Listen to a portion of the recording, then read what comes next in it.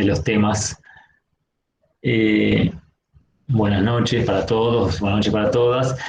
Eh, la- Mientras seguimos recibiendo más gente, les cuento que la clase de hoy la vamos a dar en conjunto con Bruno, que ustedes ya lo conocen, así que seguramente la vamos a tratar de ordenarnos y darla en dos partes, aunque obviamente va a haber diálogo en el medio y después, pero va a ser una clase dada en conjunto por mí y por Bruno. Yo voy a dar la primera parte, Bruno va a dar la continuación, y tiene que ver con esto que hablamos recién fuera del micrófono, ¿no? Tiene que ver con cómo fueron evolucionando las teorías más críticas en los últimos años, digamos, ¿no? Ya poco a poco nos estamos acercando un poco más a la actualidad. Eh, entonces, todas estas corrientes que ustedes van a ver en estas clases finales, digamos, del último mes, van a ser corrientes que seguramente les va a sonar un poco más, digamos, ¿no? Hay una cosa interesante con la criminología que, que un poco también viene a cuento de lo que hablamos recién, que aparecen como nuevas corrientes criminológicas, nuevos pensamientos, nuevas ideas, pero si uno escarba un poquito no son tan nuevas, digamos, ¿no? Hay muchas ideas que se van como reconfigurando, reconstruyendo, y uno las escucha una y otra vez bajo distintos títulos. Algo parecido pasa con lo que se conoce como la nueva derecha o la nueva izquierda, que son las dos corrientes que vamos a ver en estos días. Eh, no me acuerdo si ustedes Nueva Izquierda ya lo vieron o lo ven en la clase que viene. ¿Ya lo vieron Nueva Izquierda? Sí, en la última clase. Es la última clase, perfecto. Vamos a ver ahora la contracara, digamos, ¿no? Pero sí tienen en común esto, que son corrientes criminológicas que tienen algún tipo de invención, digamos, de hecho se llama nueva también por algo específico, digamos, ¿no? Porque aportan, intentan aportar algo nuevo, pero que sin duda, tanto una como la otra remiten a conceptos que ya habían estado planteados por otros autores, ¿no? Entonces, esto se ve mucho en esta época, ¿no? En los 80, en los 90, eh, nuevos, viejos pensamientos criminológicos, ¿no? Actualizaciones de concepciones que ya existían. Entonces, estas dos corrientes, ustedes van a ver que están llenas de conceptos, de ideas que a ustedes les resuenan de algún lado, ¿no? Digo que a ustedes les resuenan pensando que ustedes van leyendo todas las clases y que van leyendo el libro Arnitúa. Si no, les resuenan de algo que fueron escuchando, pero que son conceptos que ya de alguna manera los venimos viendo, ¿no? Entonces, acá es donde la cronología muestra esta cuestión que tiene del regreso de los muertos vivos, digamos, ¿no? Los pensamientos cronológicos nunca mueren del todo, siempre vuelven, vuelven. Y eso también tiene que ver con una concepción que tiene la cátedra que hablamos en la primera clase, que es una concepción dialéctica, que también juega con el mismo concepto, que es que las ideas van evolucionando de alguna manera, tienen un ritmo, tienen una cadencia, y a veces después de una idea muy importante viene otra que la contrapone, después aparece una nueva en forma de síntesis, pero a la vez este proceso también empieza a replicar algunas ideas que se escuchan una y otra vez. Para bien o para mal, digamos, ¿no? Eso de acuerdo también a la descripción que tiene cada uno. Bueno, antes de empezar en el tema de hoy, específicamente, o de continuar, pues ya de hecho lo estamos hablando, un recordatorio es que si bien ya la mayoría han respondido la encuesta, vieron que la encuesta tiene que ver con el trabajo práctico, ¿no? Pero todavía por ahí queda alguna gente que no respondió la encuesta, y lo que es más importante, difundan ese link a otros compañeros y compañeras que tengan la facultad, porque es una encuesta que nosotros estamos utilizando en este momento para una investigación que intenta comparar el grado de conocimiento, de percepción y de opinión que tienen los estudiantes y las estudiantes en las facultades de Derecho de todo el país sobre temas de política criminal.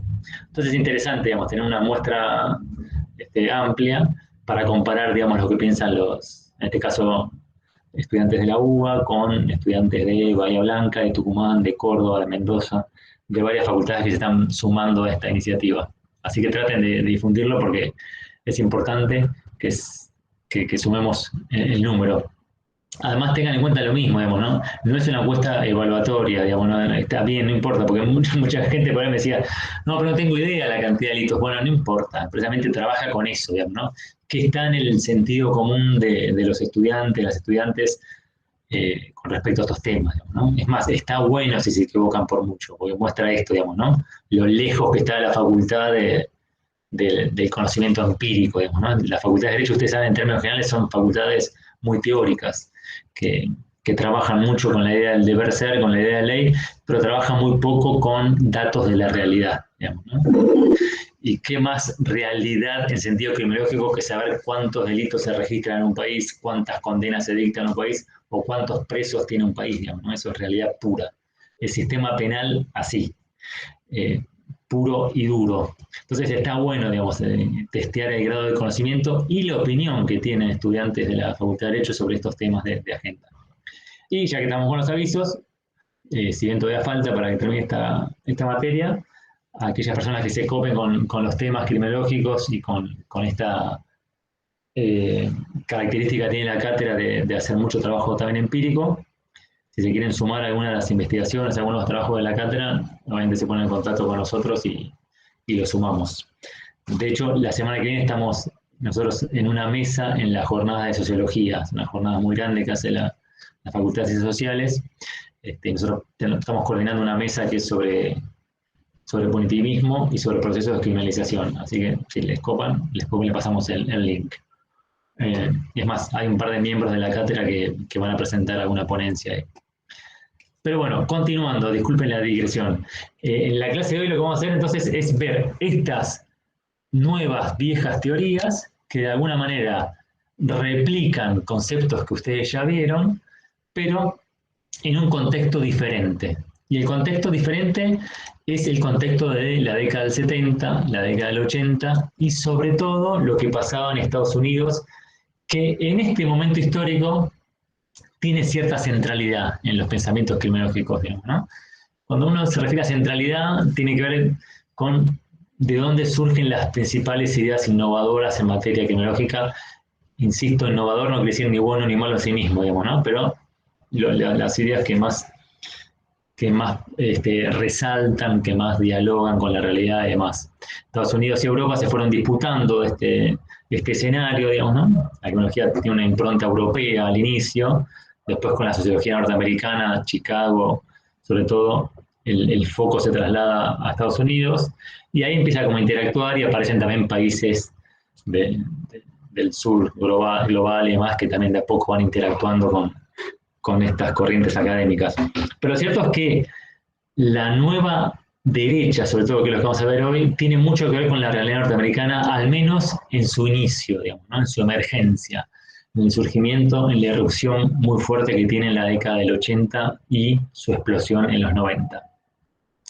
Y esto tiene que ver con un diagnóstico que ya lo venimos recorriendo en algunas clases, que también me parece que es interesante porque es un diagnóstico bastante negativo, bastante cuestionador de la realidad social de Estados Unidos, de la década del 60-70, siguen ustedes, pero como a partir de un diagnóstico bastante negativo sobre cómo estaba la sociedad norteamericana y sobre cómo funcionaba el sistema penal, surgen distintas corrientes criminológicas con distintas miradas, porque este diagnóstico de base, en cierta medida, lo comparten los postulados más de izquierda y los postulados más de derecha.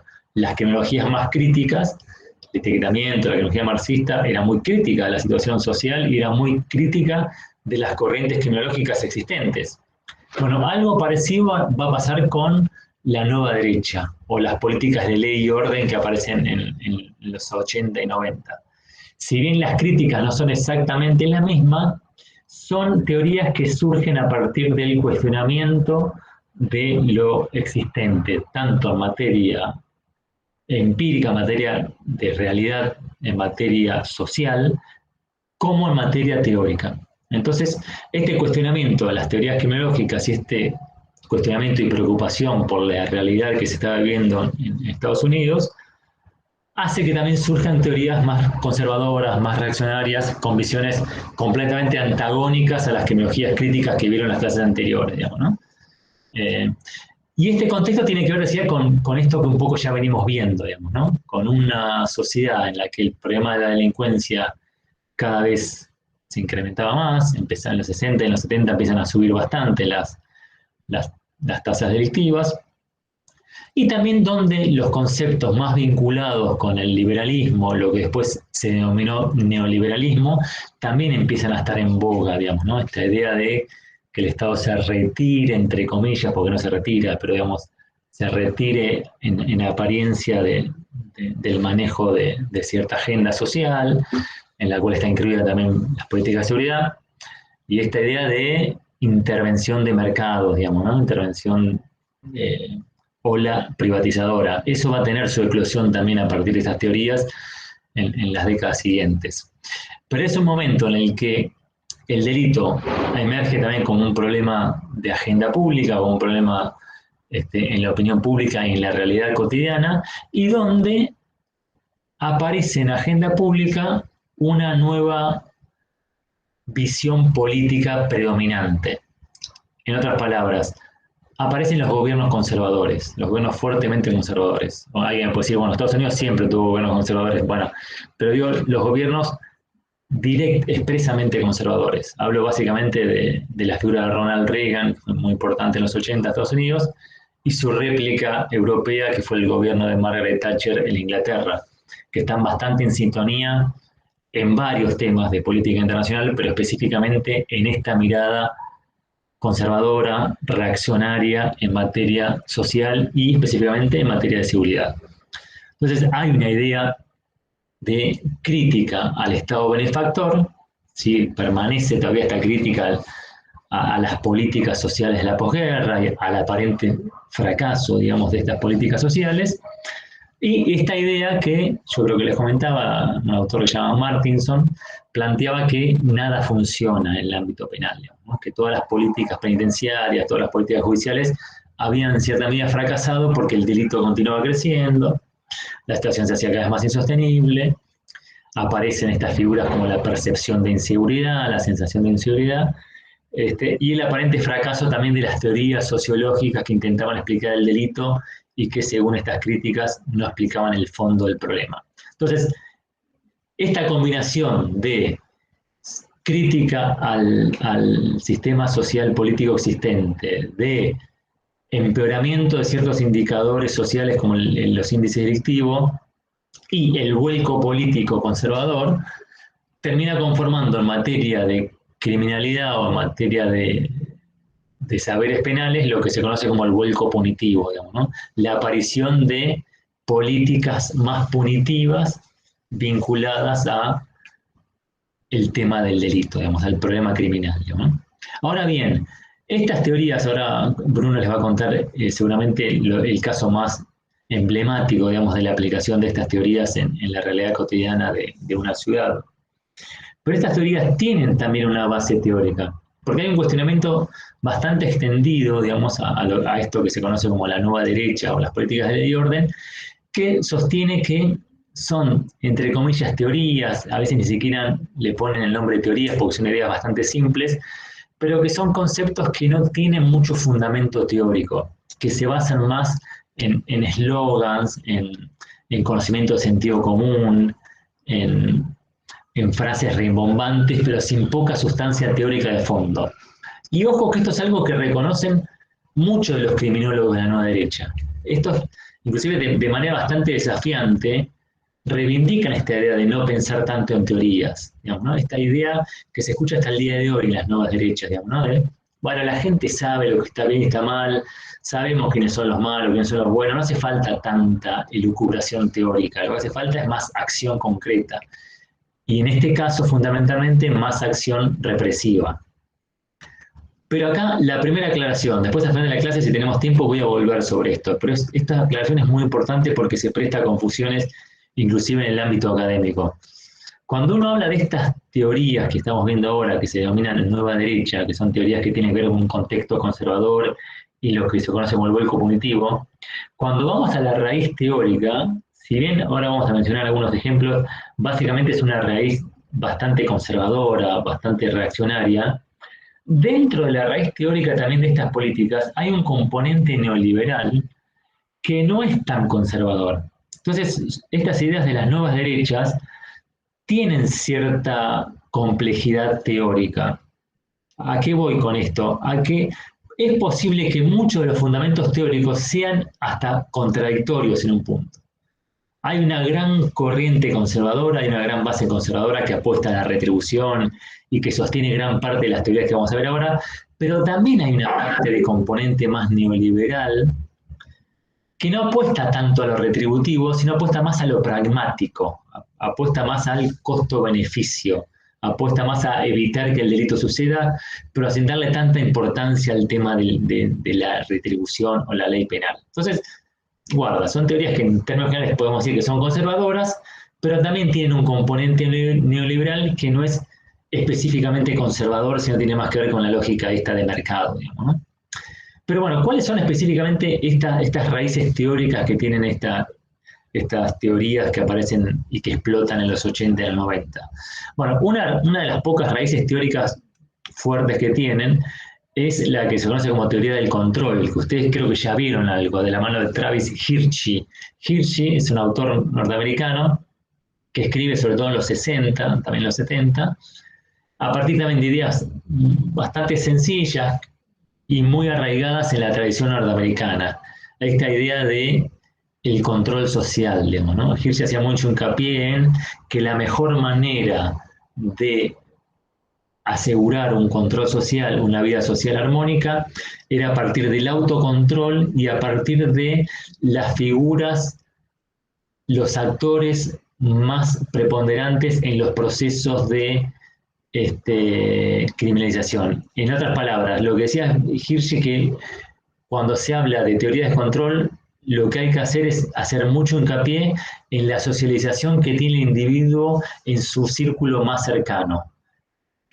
¿Cuál es el círculo más cercano que tiene el individuo? La familia, los amigos, el barrio.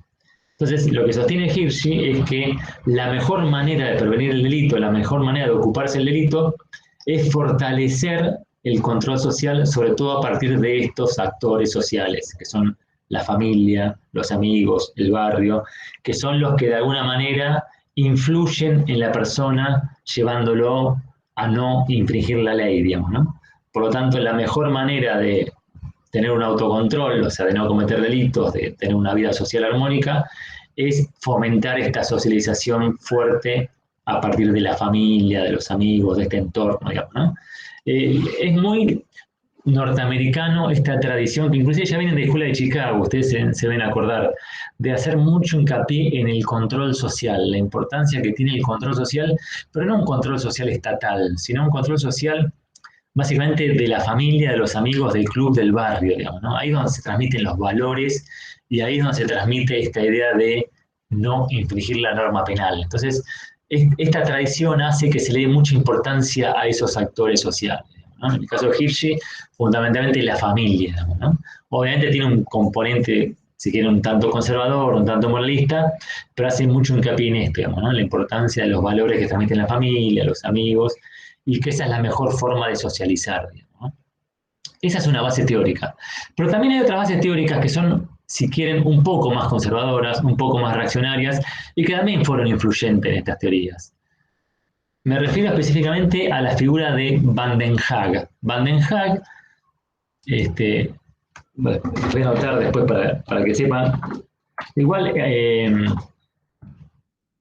Anitúa lo menciona claramente, así que lo pueden ver ahí. Pero Van den Haag era también un criminólogo norteamericano que también escribe en esta época, él escribe en los 70, y que es más retribucionista, digamos, ¿no? Van den Haag sí plantea esta idea de la relevancia de la retribución y la relevancia de la punición como la mejor manera de prevenir el delito, digamos, ¿no? No tanto la rehabilitación y estas ideas sino más que nada la idea de disuadir a partir de el incremento en la pena y el incremento en la sanción penal específica. Y él hace un planteo teórico muy básico, les adelanto, pero bueno, planteo teórico al fin, en el sentido de clasificar a las ciudadanías a partir de 3 tipos de personas. Él dice que en toda sociedad hay 3 tipos de personas. Por un lado, los malos, disculpen los términos simples, pero bueno, son los términos que utilizan Van der Hack. Por un lado, los malos, que son las personas que hacen daño social, son las personas a las cuales hay que separar de la sociedad porque son dañinos en sí mismos. Los inocentes, la segunda categoría, que es el ciudadano común, el ciudadano al cual hay que proteger, digamos, ¿no? El ciudadano cumplidor de la ley que hay que proteger. Y la tercera categoría de ciudadanos o de individuos sociales, según Van der Hack, son los calculadores o las calculadoras, diríamos también, que son aquellos sujetos que se guían por la lógica de costo-beneficio y por lo tanto hay que disuadirlos para que no cometan delitos. ¿Por qué? Porque lo que decía Van der Hack es que los malos van a seguir cometiendo delitos. Los malos es gente que ya medio que nació así, ya sabemos quiénes son y lo que hay que hacer es tratar de eliminarlos o separarlos, digamos, ¿no? Los inocentes, los ciudadanos a pie, bueno, somos nosotros, dice, digamos, ¿no? Los que vemos, digamos, somos espectadores, digamos, de estos 2 grandes actores sociales. El otro actor social, el tercero, es el calculador. Es esta gente que está como a mitad de camino, digamos, ¿no? Que se guía por la lógica de costo-beneficio, que también es una idea muy arraigada con estas teorías.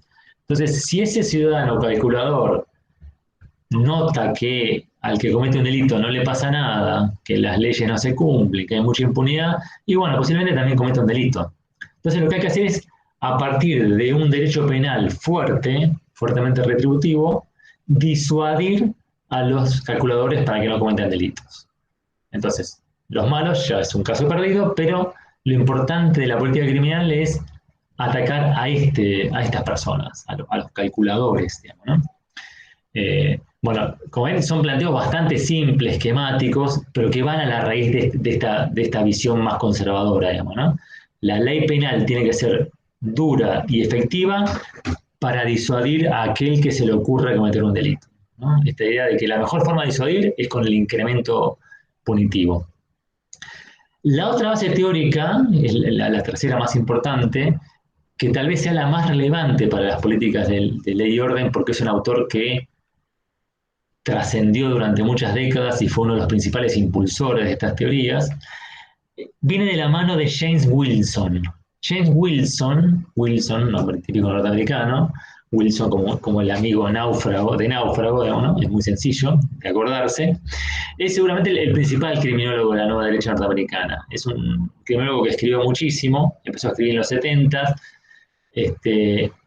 muchos libros. Uno de los libros más famosos de él en los 70 se llamó Pensando sobre el delito, es un libro de 1975. Es un libro en el cual él discute con la criminología crítica o con los radicales. En Estados Unidos, a diferencia de Argentina, radical es la persona de izquierda, digamos, ¿no? Entonces, los radicales son los criminólogos críticos, lo que acá conocimos como etiquetamiento o la propia criminología crítica, digamos, ¿no? Esos son los radicales. Entonces, él discute mucho esos libros con ellos, los abolicionistas, digamos, ¿no? Los garantistas, y sostiene algunas de las máximas de las políticas de ley y orden, sobre todo 3 conceptos muy claros. El primero es que el delito aumenta porque bajan las posibilidades de ser detenido y castigado. Esta idea está muy arraigada con la nueva derecha. El causante del incremento delictivo es que baja mucho la posibilidad de ser castigado y detenido. Entonces, la impunidad es el principal problema de política criminal, digamos, ¿no? El segundo concepto que plantea Wilson en este libro es que el problema más grave en la agenda de política criminal es el reincidente, digamos, ¿no? El delincuente más peligroso. Con esa figura del reincidente hay que ser muy duro, la idea de ser muy estricto con aquella persona que sabemos que comete delitos, ¿no? Entonces la idea de incremento punitivo por reincidencia es planteada claramente por Wilson aquí. Y la tercera es este concepto de la pena como disuasión pura, digamos, ¿no?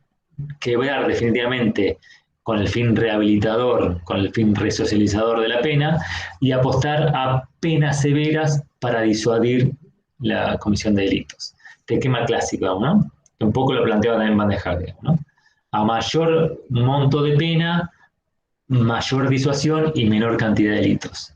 Inclusive Wilson plantea de la relevancia de la pena de muerte para los delitos más graves. Y Wilson va a escribir un libro, y ahora ya en los metidos le doy el paso a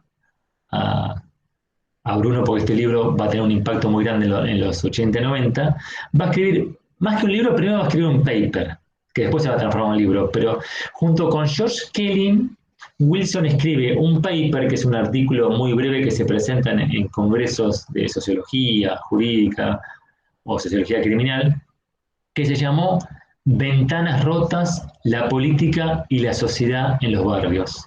Este articulito, que es muy breve, está la traducción en Delito y Sociedad, que es una revista argentina muy interesante de criminología, es un articulito escrito en 1981, que después se transforma en un libro porque fue muy exitoso, en el cual Wilson y Kelling plantean lo que se conoció después como la teoría de las ventanas rotas. Es una teoría también muy simple, que lo que sostiene es que las pequeñas infracciones o las pequeñas incivilidades, llaman ellos, callejeras, que no son castigadas, son el punto de partida para el deterioro de un barrio y para el incremento del delito. Utilizan la metáfora de la ventana rota para explicar cómo, si en un barrio determinado alguien rompe una ventana y esa conducta no tiene ninguna consecuencia, la ventana no se arregla, la persona no es detenida y demás, eso provoca que al día siguiente seguramente se rompan otras ventanas, que al día siguiente se junte una pequeña pandilla y que eso provoque una degradación en el barrio que lleva a un problema delictivo grave. Por lo tanto, la solución era ser muy duro con el primer acto de incivilidad, en este caso, con quien rompe la ventana. Entonces, actuar rápidamente ante la primera infracción, ser muy drástico, muy duro con la sanción de ese primer acto incivilizado, evita ese proceso de degradación que termina con el gran problema delictivo, digamos, ¿no? Y para esto utiliza una idea también muy arraigada con la política de ley y orden, que es recuperar y proteger el espacio público. Acá también se ven muy claramente estas tradiciones conservadoras que plantean esta imagen idílica de volver al barrio, de recuperar la presencia de la familia en las plazas, volver al comisario de la esquina. Es decir, el barrio fue tomado por delincuentes y lo que hay que hacer es recuperarlo. Entonces, estos conceptos muy básicos es planteado en este artículo, en el que también sostienen que es muy relevante el rol de la policía. Y acá entra otro actor muy preponderante en las teorías de ley y orden, que es la labor policial. Son teorías que en términos generales le dan mucha importancia a la policía. ¿Por qué? Bueno, en este caso porque la policía es la que se encarga de ser muy duro con la primera infracción, digamos, ¿no? Ser muy duro con esas pequeñas conductas incivilizadas que son el primer paso en la carrera delictiva y el primer paso en la degradación social, digamos, ¿no? Entonces, acá es donde aparece esta idea de ser estricto con el vagabundo, con el pequeño delincuente, con el contraventor, digamos, ¿no? Porque ese es el primer paso en el incremento de las tasas delictivas y en el deterioro de los barrios, del espacio público, ¿no? Bueno, este artículo, posterior libro, fue muy exitoso, tuvo una campaña de difusión muy grande de algunas ONG, de algunos institutos de divulgación norteamericanos. Ahora, si quieren, como no, podemos volver un poquito sobre eso. Provocó que Wilson y Kelling saltaran al estrellato, obviamente. Una idea muy, muy difundida, muy exportada, digamos, la teoría de las ventanas rotas. Es más, Wilson siguió escribiendo décadas y décadas sobre esto. Es muy interesante porque va escribiendo libros y artículos en el cual siempre menciona la palabra ventanas rotas, digamos, ¿no? Hay un libro de él del 85 que escribe con un psicólogo que se llama Delito y Naturaleza Humana, y también vuelve sobre la idea de ventanas rotas, digamos, ¿no? O hay un libro, por ejemplo, de Kelling, porque después en el momento ellos se separan, empiezan a producir por separado, digamos, ¿no? Ya en los 90, también en 1994, creo, George Kelling escribe con otra criminóloga, con Catherine Coles, un libro que se llama No más ventanas rotas. Es decir, 15 años después siguen sobre esa idea de tratar los pequeños desórdenes porque esos pequeños desórdenes desatendidos son el inicio de serios problemas de convivencia, van a ser ellos, ¿no? Y la mejor forma de ocuparse de estos problemas es dejar actuar a la policía. Acá empiezan también los eslogans, que es algo típico de la nueva derecha, digamos, ¿no? La idea de figuras sencillas, imágenes más conservadoras y mucho eslogan, digamos, ¿no? Dejar actuar a la policía o ser muy duro con el primer delito en el sentido, por ejemplo, de el que roba un chocolate, roba un auto, digamos, ¿no? O, bueno, este tipo de imágenes que grafican, que ilustran muy claramente el mensaje, digamos, ¿no? Entonces, a partir de estas concepciones bastante simples, de esta base teórica bastante simple, de fundamento bastante simple, digamos, empiezan a aparecer toda una serie de teorías que dan vueltas sobre esta cuestión, digamos, ¿no? Muchas de estas teorías también después van a recibir el nombre de teorías de la vida cotidiana, porque son teorías que apuntan a evitar que el delito suceda, yo iba a decir descuidando, pero más que descuidando es sin tener presente la causa estructural que lo provoca. Las teorías de ley y orden no apuntan a las causas estructurales del delito, no le interesan, digamos, ¿no?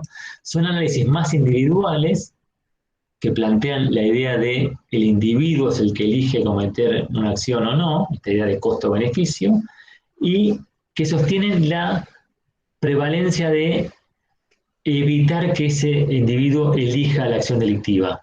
¿Cómo evitarlo? Bueno, desde las vertientes más conservadoras, a partir de un fuerte punitivismo, un incremento de la ley, una política más represiva por parte de la policía, y también a partir de otras técnicas, acá sí se ve la influencia más neoliberal, que traten de complicar que el delito suceda, traten de evitar que el delito suceda a partir de cambios en la vida cotidiana de los individuos.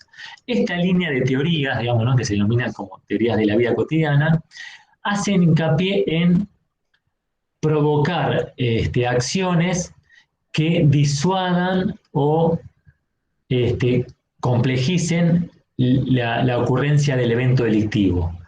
Ahí aparecen estos posibles cambios en la cuestión urbana, en la cuestión de la organización social, para evitar que el delincuente la tenga fácil, digamos, ¿no? Evitar, desalentar, sería algo así como desalentar el delito. Entonces aparecen toda una serie de, entre comillas, teorías, son bastante simples todas, pero lo que tratan de evitar es las oportunidades delictivas. Y acá sí es el componente neoconservador. Es decir, bueno, trabajemos no solamente o no tanto con la idea de retribución pura, sino a partir de la idea de que le cueste más, que en esta elección racional que hace el individuo ya sea tanto el costo que eso lo desaliente. Entonces aparece toda una serie de teorías que se denominan teorías situacionales. Son teorías que tratan de evitar que el hecho suceda porque se le complicó mucho al delincuente, ¿no? Entonces, acá es la idea de cambios urbanos. El ejemplo típico es las cámaras, digamos, ¿no? Poner cámaras de seguridad, aumentar la vigilancia, hacer rediseño urbano, es decir, tomar toda una serie de medidas que hagan que ese evento no suceda en ese lugar determinado, sin ir, digamos, a la cuestión de fondo, que, insisto, es un tema que no estaba en agenda de estas teorías. Pero esto va a ser su eclosión y va a tener su mayor impacto a partir de un caso concreto que tiene que ver con una gestión de gobierno que ocurrió en la ciudad de Nueva York. Ahí le voy a pasar la palabra a Bruno para que cuente, digamos, un poco más acerca de esta especie de implementación que tuvo la nueva derecha en la realidad cotidiana neoyorquina. Adelante, Bruno. Muy bien, muchas gracias, Hernán. Bueno, ¿cómo andan? Sí, digamos, o sea, como decía recién Hernán, digamos, o sea, toda esta cuestión tiene en principio, digamos, un componente muy, muy esencial, digamos, está todo el tiempo en pugna, está todo el tiempo girando alrededor de eso, digamos, o sea, se lo haga más explícito o no, que es la cuestión del marketing, que es la cuestión de la opinión pública, que es la cuestión de cómo, digamos, cómo recibe la gente, digamos, esta sensación, digamos, de estar más o menos segura en función de cómo, digamos, acciona particularmente el Estado. Entonces, Giuliani, ¿qué pasa? O sea, no sé si todos lo conocen a Rudolph Giuliani, es un alcalde muy famoso en Nueva York, estuvo invitado por Massa varias veces.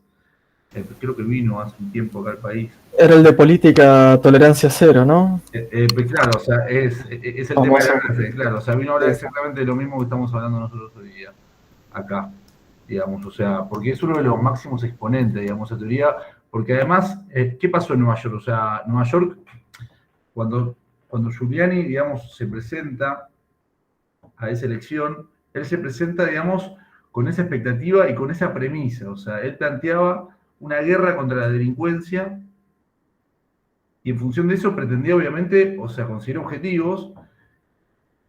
Y esa gestión de Giuliani es una de las que más se vende y se sigue vendiendo, digamos, como una buena gestión en términos de política criminal, ¿no? Nada, o sea, ahora la vamos a desmenuzar un poquito, porque la verdad que de buena tiene muy poco. Pero ¿qué es lo que pasa? Porque te sirve para mostrar algunas cosas, porque te sirve para mostrar números muy fáciles. Pero bueno, empiezo a contarles un poco. Como le decía, en el 94, Giuliani se presenta a las elecciones de Nueva York, gana.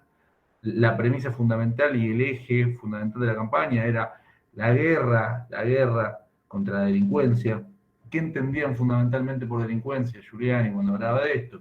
Fundamentalmente estaba pensando en la delincuencia callejera, en las peleas de banda, en la violencia juvenil, en las drogas. Es decir, o sea, está pensando en todas estas pequeñas cosas que evidentemente generaban en Nueva York, digamos, es decir, o sea, evidentemente había un clima generalizado en donde se leía o se percibía esta sensación de inseguridad, esta sensación de desorden, esta sensación de ventanas rotas, digamos. O sea, todo está planteado en este contexto.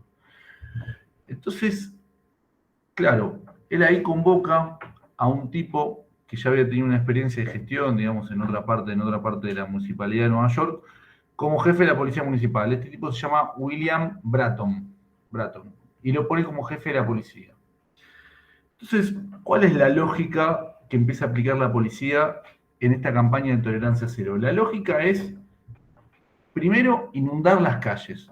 ¿Pero qué calles? ¿Qué sectores de la sociedad? Digamos? O sea, ¿qué sectores urbanos, digamos, empiezan a invadir estos policías? Bueno, son los sectores o con mayor concurrencia de personas porque van todos los días a trabajar ahí, o sectores donde vive gente que tiene plata o tiene poder, o sectores que pueden afectar de alguna manera, digamos, el desarrollo de negocios, el desarrollo del mercado en general, es decir, o sea, el desarrollo de la economía. Y obviamente no se meten tanto en los barrios, no se meten tanto, digamos, en los lugares que por ahí no pueden tener tanto interés. Perdón, en los barrios de clase media sí, es decir, o sea, en los barrios de clase baja no se van a meter tanto, no se van a meter tanto, digamos, quizás en lugares más humildes, sino sobre todo en estos lugares que tienen una cierta relevancia para la opinión pública, ¿no? Porque repito, o sea, todo este discurso está muy centrado, está muy, muy pendiente de la opinión pública, porque apunta en parte a eso. Yo, en realidad, o sea, no sé si está bien decirlo así, pero yo en algún punto yo tengo la íntima convicción de que en realidad estos tipos, o sea, no les importaba realmente, digamos, resolver el problema del delito, ni pensaban que estaban resolviendo ningún problema. O sea, yo sinceramente creo que estos tipos en realidad más bien, o sea, tenían esta postura de, bueno, de que les sirva, digamos, políticamente para explotarlo, para que la gente se sienta más segura, pero no les importaba realmente, digamos, un criterio de seguridad, que habría que discutir también qué es la seguridad y qué es la inseguridad, ¿no? Pero bueno, entonces, estaba hablando de las técnicas concretas de la policía. Entonces, repito, la policía de Bratton y de Giuliani fundamentalmente van a estos lugares, lugares concurridos, barrios de clase media, lugares donde se desarrollan actividades económicas, y tiene una política muy, muy activa que ellos llaman Stop and Frisk. ¿Qué es el Stop and Frisk? Es, ante cualquier actitud sospechosa que pueda detectar la policía, va, se mete, detiene, revisa y se lleva detenido a las personas, ¿no? Es decir, intervenir antes de que pase cualquier cosa, que la policía esté atenta, que vaya, intervenga, que revise y que detenga. ¿Qué tiene esto como principal problema? ¿A alguien se le ocurre algo que pueda traer, algún problema que pueda traer esta lógica? Y la detención por portación de cara, digamos. Claro, lógico. Bueno, es... Además de algunas totalmente infundadas. O sea, no, muchos tal vez por decir, por portación de cara o porque, no sé, están reunidos alrededor de, no sé, de un banco y piensan que la policía piensa que lo van a asaltar, dicen, no, esto lo van a asaltar, y tal vez están reunidos, no sé, porque justo están sacando plata al cajero todos juntos, no sé. Pero una cosa re absurda se me ocurre, pero bueno. Que puede ser que ni siquiera configuren hechos ilícitos y se los detenga igual, y hasta que los liberen tal vez puede pasar un tema muy importante si es que se basan en esa situación de retener y de imposibilitar que los infractores se acerquen a la sociedad. Sí, perfecto. Camila, ahí levantó la mano. ¿Yo puedo abrir la cola? Sí, no, lo que quería añadir es que también se metían con el trabajo de la gente, porque habían personas que lo llamaban limpiaparabrisas, que a ellos también no se les permitía limpiar los parabrisas por la calle.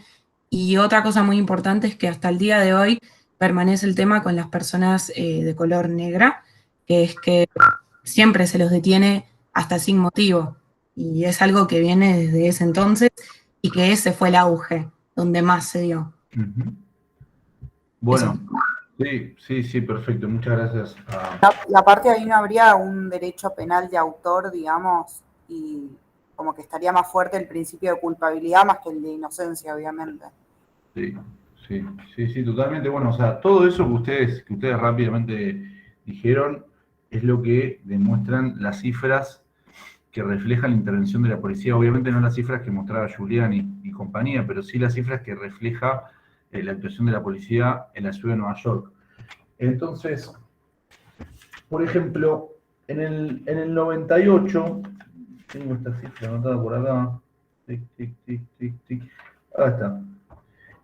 En el 98 se detuvo el 63% de los individuos registrados en Nueva York fueron negros, cuando la población negra en Nueva York representa un cuarto, ¿sí? Digamos, o sea, estamos hablando de una incidencia impresionante. Ahora bien, después, se duplicaron las denuncias por abuso policial. El número de muertes por balas de la policía aumentó un 35%. Aumentó en un 53% el número de fallecidos mientras estaban detenidos. Entonces, la consecuencia inmediata, digamos, a esta política de tirar a la policía a la calle como una manada de perros salvajes a buscar el delito y a buscar esa inminencia del delito y a detener e investigar, es obviamente, digamos, o sea, es reforzar los prejuicios que ya están circulando en la sociedad y tirar a la policía a que trabaje sobre esos prejuicios, ¿no?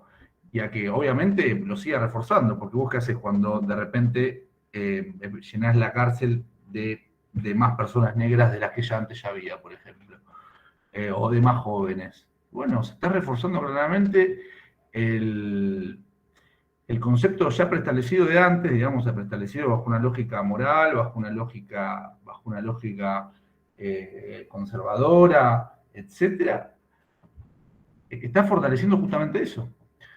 Y lo está reforzando, porque está diciendo, bueno, acá están los delincuentes, son estos, miren. Ahora bien, sin embargo, lo loco de todo esto es que tuvo un buen reflejo en la opinión pública. ¿Sí? ¿Por qué? Porque justamente estaba trabajando sobre eso. Porque al trabajar sobre esos prejuicios ya establecidos en la opinión pública, bueno, es una política que te sirve para eso, te sirve para mostrar una mejoría estética en ese sentido, estética en el sentido de la relación que tiene la estética con, bueno, estética, y que en realidad no está solucionando absolutamente nada, es decir, entonces, bueno, esto un poco. El trabajo sobre ese sentido común, digamos, o sea, se trabaja sobre un sentido común, a partir de eso se busca generar, digamos, que bueno, que las calles se vean un poco mejor, que haya menos vagabundos, lógico, o sea, todo sobre una lógica de una sociedad prejuiciosa, de una sociedad con miedo, de una sociedad alimentada en gran parte por los medios de comunicación. Y bueno, se trabaja en ese sentido. Por eso yo decía al principio que para mí es más una política que tiene que ver con una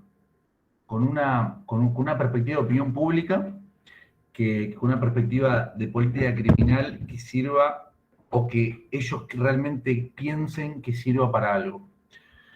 No sé si me quedó algo de la experiencia de Nueva York, porque es básicamente esto. Por eso es muy sintético, pero es básicamente esta la experiencia. Digamos. Es una experiencia en donde hubo resultados de la perspectiva, esto me faltaba, esto le quería contar y me faltaba. ¿Qué pasa? Claro, o sea, después, o sea, la gestión de Giuliani sale a vender con números, digamos, esta gestión de seguridad. Estos números, digamos, ¿a qué reflejan? Bueno, aumentaron las detenciones. Bien, aumentaron las detenciones, sí, aumentaron la detención de vagabundos, aumentaron las detenciones de fumadores de marihuana, aumentaron las detenciones de gente que hacía grafitis. O sea, todas esas personas que se las agarraron en flagranti, se las mandaba a la cárcel y se las procesaba en el sistema penal. Entonces, bueno, aumentaron esas cifras de detenciones, pero la realidad es que difícilmente puede hablar de una mejora, digamos, cuando en realidad lo que por un lado genera esto es, bueno, o sea, toda esta discriminación por parte de la policía, que como muy bien dijeron antes, persiste hoy día, el caso famoso que pasó el año pasado, hace 2 años, el de no puedo respirar, que es terrible, pero son escenas que a lo largo de Estados Unidos se dan todo el tiempo, ¿no? Entonces, bueno, genera eso, genera violencia, genera un rechazo por parte de los sectores populares, digamos que son los discriminados, a la policía. Esto es muy importante. Y aparte, una gran sensación de abandono en esos sectores populares, porque la policía, cuando se vuelca a lugares concurridos, a barrios de clase media, a lugares que impactan en la opinión pública, lo que hacen únicamente en ese sentido es dejar de lado a todos los barrios populares. Y la gente ahí por ahí queda un poco más librada a su suerte, porque además el delito que por ahí no se comete en un lugar, porque hay más cámaras de seguridad, porque hay métodos de disuasión, como explicaba Hernán antes, que por ahí no son exactamente la detención y la intervención de la policía en términos de presencia. Pero esos delitos se corren en otro lado, esos delitos no es que desaparecen, no es que la persona, digamos, que tenía pensado robarle a alguien deja de robar. Bueno, se va a robar a otro lado. Y si la policía lo que no controla son los barrios populares, bueno, los delitos probablemente se acumulen más en los barrios populares. Y ahí hay otro problema, es decir, o sea, se refuerza la complejidad del asunto. Y en vez de resolver un problema, estamos creando dos: la violencia policial, la discriminación, estamos exacerbando esa violencia, y por otro lado estamos generando una nueva concentración de delitos en otros lugares. Entonces, yo ahí, Bruno, si me permitís, quería agregar un par de cositas más de tolerancia cero, porque ahí retomando también lo que decía Bruno, aparece en un momento muy particular, digamos, ¿no?, de Giuliani, y como decía también Bruno, se basa en esta idea de sentido común y en agenda también electoral, obviamente, ¿no? Giuliani se presenta en las elecciones con la idea de recuperar a la ciudad de Nueva York, que ustedes saben, tuvo una década del 70 y del 80 bastante violenta y convulsionada. Entonces, era un tema que estaba en la agenda, y él aparece con esta promesa de limpiar, en sentido casi literal, la ciudad de Nueva York y bajar los índices delictivos y ocuparse de una policía que era muy corrupta. La policía neoyorquina fue muy corrupta, tuvo preso al jefe de la policía en los 70, 80. Entonces venía, digamos, con esta previa. Pero la agenda concreta, digamos, en materia de seguridad, él la plantea, más allá de los resultados prácticos que los ilustró muy bien Bruno, él la plantea con 3 ejes fundamentales que ustedes van a ver cómo retoman estos planteamientos teóricos. El primer eje es lo que conoce como la gestión privada o el management aplicado a materia de seguridad. Lo que hace Giuliani es, por primera vez, resolver ocuparse y resolver el tema de la seguridad a partir de una técnica de gestión empresarial. Entonces, aplica una idea de management o reingeniería de empresas para atacar el problema del delito. Entonces ahí, de la mano de esta visión típicamente neoliberal, digamos, ¿no? La empresa me da pérdidas, o sea, aumenta el delito, voy a proponer medidas efectivas y efectistas para bajar estas pérdidas y para bajar el delito. Él realiza una reingeniería en la policía que lo que provoca es que cada comisaría se transforma en una especie de centro de gestión, y el comisario va a ser evaluado periódicamente, en el caso de Nueva York era semanalmente, para mostrar que su gestión era efectiva, así que estaba bajando los índices delictivos.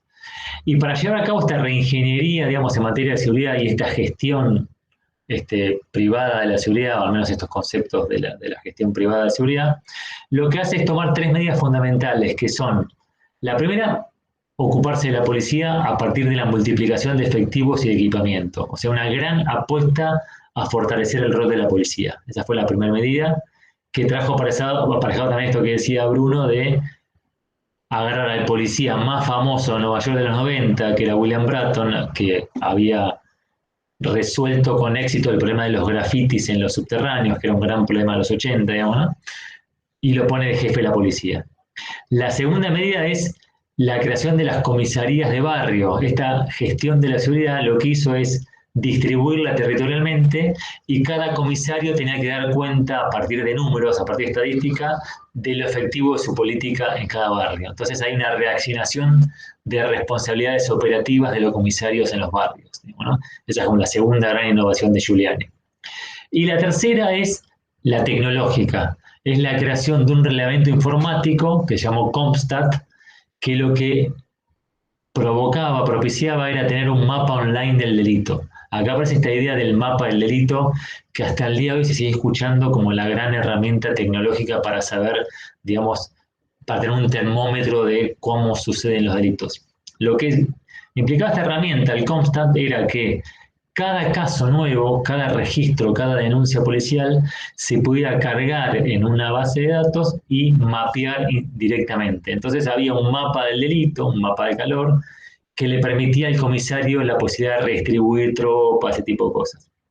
Entonces son medidas que tienen mucho que ver con esta idea de eficacia empresarial, son tomadas de hecho del management, son teorías que son medidas que apuestan mucho a lo policial y que apuestan mucho a lo tecnológico. Esto inaugura toda una forma de hacer política de seguridad que le da mucha importancia a la policía y a lo tecnológico, con todos los excesos que bien planteaba Bruno, digamos, ¿no? Esta idea de potenciar el rol de la policía y trabajar con una serie acotada de casos, que es una de las grandes críticas que tuvo esta política, trabajar con una serie acotada de casos, que son los casos de delitos y contravenciones en la vía pública por parte de cierto perfil de delincuentes.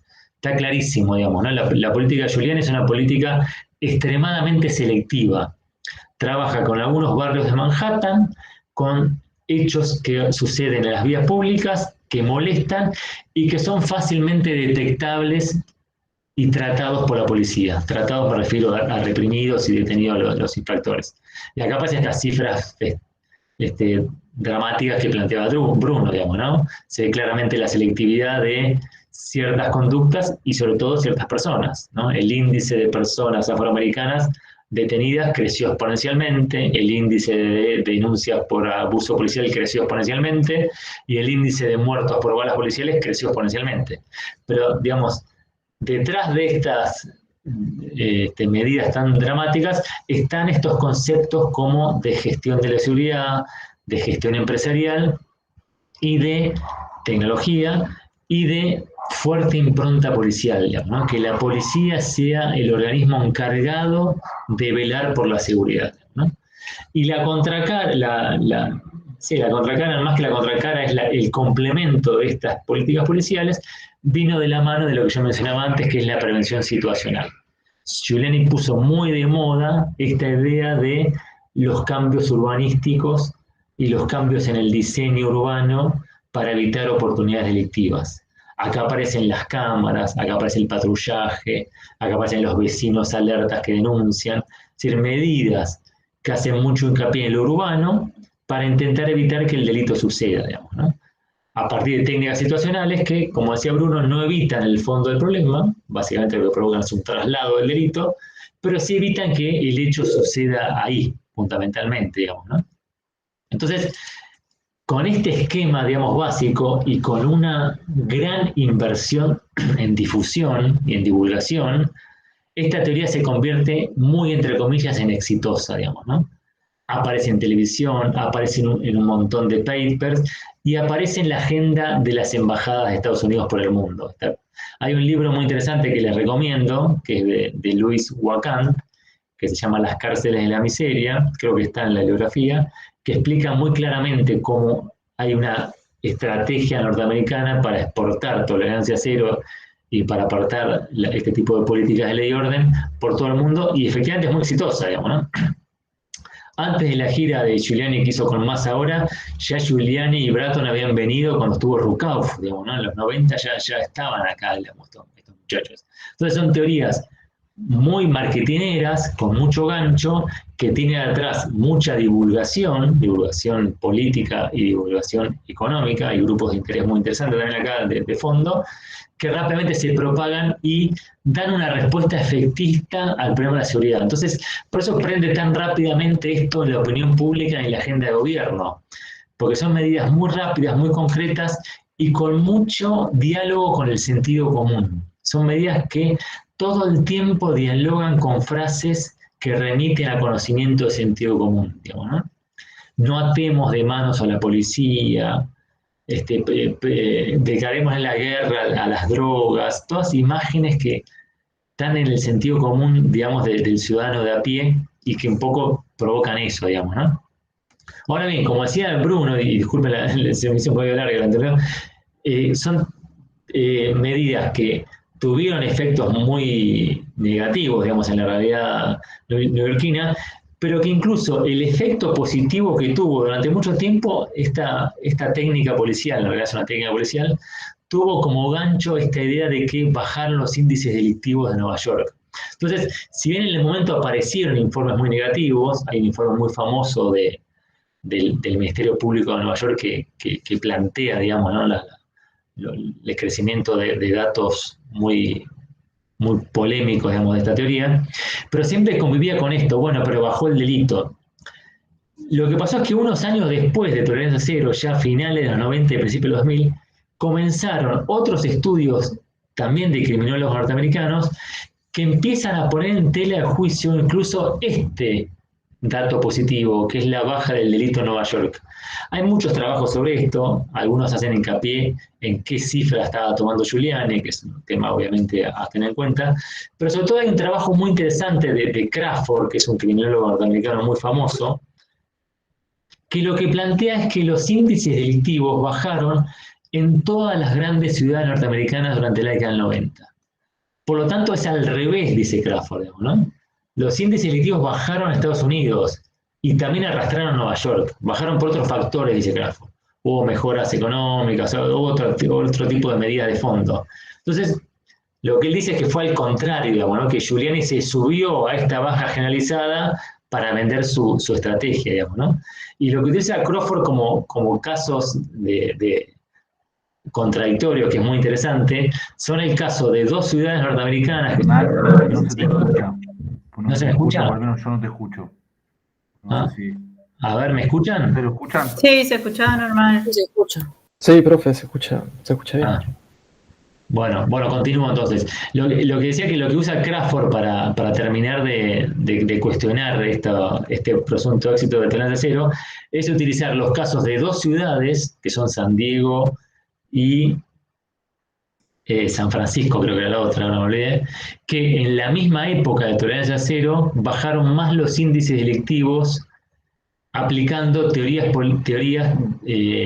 criminológicas completamente distintas. En un caso, teorías basadas en el desarme y en otro caso en cambios en la policía hacia lo que se conoce como policías de cercanía o policía comunitaria. Es decir, son dos estrategias completamente distintas que apuestan más a a estrategias no punitivistas, más de acercamiento, más de convivencia urbana, e hicieron que en esas ciudades el delito bajara inclusive aún más. Con lo cual también empezó un proceso de desprestigio de esta teoría famosa de tolerancia cero, que obviamente tuvo su pináculo con el descrédito que tuvo Giuliani después por su propia actuación política, económica. Como ustedes saben, Giuliani terminó siendo abogado defensor de Donald Trump, digamos, ¿no? Y además tuvo, pobre, la desgracia de ser alcalde de Nueva York con el atentado de las Torres Gemelas. Por lo tanto, también poco a poco la imagen de él fue cayendo y también provocó la debacle de tolerancia cero. Pero sí es cierto que es una teoría o una estrategia policial muy efectiva, que se divulgó muy rápidamente, que produjo mucho conocimiento de sentido común, que al día de hoy se replica mucho en la agenda de seguridad de muchos gobiernos, digamos, ¿no? Por eso es tan común que tolerancia cero o que los rebotes de tolerancia cero sean todavía consumidos por países periféricos como pretendidas medidas mágicas, digamos, ¿no? Esta idea de que no, con un par de medidas concretas se va a solucionar. Pero el proceso es mucho más complejo que esto, digamos, ¿no? Disculpame, Bruno, te interrumpí largo y tendido. ¿Vos querías agregar algo más y yo te interrumpí?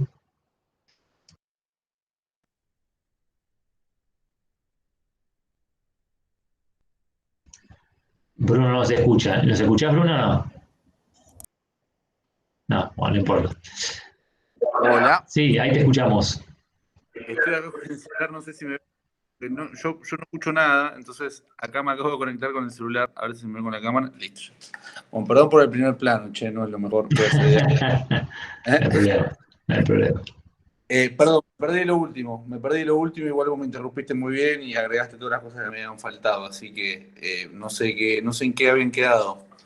No sé si querías agregar algo más vos de tolerancia cero. Y me perdí lo último que agregaste, así que no, Hernán, está muy completo. Bueno, dale, perfecto. Yo no sé, ustedes, bueno, por lo que vimos en el intercambio de chat, ya conocían algo. Por si no lo conocían, les paso acá un link que no es muy académico, pero para que tengan idea de lo famoso que se hizo Giuliani en Nueva York con esto de tolerancia cero, ¿no? Giuliani fue personaje en Los Simpsons. Bueno, menos que todo pasó por Los Simpsons, digamos, ¿no? Giuliani también, digamos, ¿no? Porque fue muy famoso, digamos, ¿no? Y detrás del primer salto a la fama de Giuliani y tolerancia cero estuvieron lo que se conoce como las think tank o las ONG norteamericanas del Partido Republicano, sobre todo esta que se llama Manhattan Institute, que hizo una especie de gira de muchos de los exponentes de tolerancia cero o teoría de las ventanas rotas, y fue muy efectiva. Lo que pasa es que después el impacto en la opinión pública fue tan fuerte que ya se volvió un personaje de la cultura popular, digamos, ¿no? Giuliani, y después obviamente como él empezó a actuar más en política de ligas mayores, se hizo mucho más famoso, digamos, en los medios de comunicación y demás.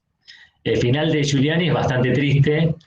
La última imagen que yo tengo de Giuliani es, no sé si la vieron ustedes, una conferencia de prensa cuando Donald Trump decían que habían hecho trampa en la elección y Giuliani empezó a hablar, que era su abogado, y hacía tanto calor en la sala de prensa que a Giuliani se le empezó a caer la tintura del pelo. Hay una foto muy famosa de Giuliani hablando con la mancha de líquido negro en su cara, que fue el desprestigio total, digamos, de Giuliani, ¿no? Pero Giuliani en los 90 se presentaba con esta teoría y la verdad que tuvo un impacto criminológico muy importante, cosa que vemos todavía hoy en la agenda de seguridad de muchos de nuestros países, digamos, ¿no? Así que son teorías también a tener en cuenta, porque son teorías que tuvieron esa viveza, digamos, ¿no? Para hablar en criollo, que es teorías que son fácilmente entendibles y puestas en práctica por las agencias de gobierno. Eso es un gran logro que tienen las políticas de la nueva derecha. Son teorías muy simples, con ideas muy básicas, que apuntan al sentido común y que son fácilmente tomadas por la agenda de la nueva derecha, de gobierno, digamos, ¿no? Que esto también implica una crítica a las teorías de izquierda, digamos, ¿no? Que son todo lo contrario. Son teorías muy difíciles de aplicar en las agendas de gobierno, ¿no? Son teorías poco marketineras. Bueno, esta es una también de la herencia que tenemos de las nuevas derechas, digamos, ¿no? instalar en la agenda de gobierno muchas de estas ideas, de estos conceptos que aparecen en los Estados Unidos de los 80 y los 90. Bien, ¿alguna duda, alguna opinión más o ya quieren ir a descansar? Yo sé que la propuesta que les hago es un poco tendenciosa, porque entre ir a descansar y hablar de Giuliani yo no lo dudaría, ¿no? Pero bueno. Bueno, entonces les propongo encontrarnos el viernes que viene. Utilicen estos días para terminar el trabajo práctico, digamos, ¿no? Le damos mucha importancia al trabajo práctico, ustedes ya saben de eso, y el viernes lo presentan. Después, obviamente, tienen los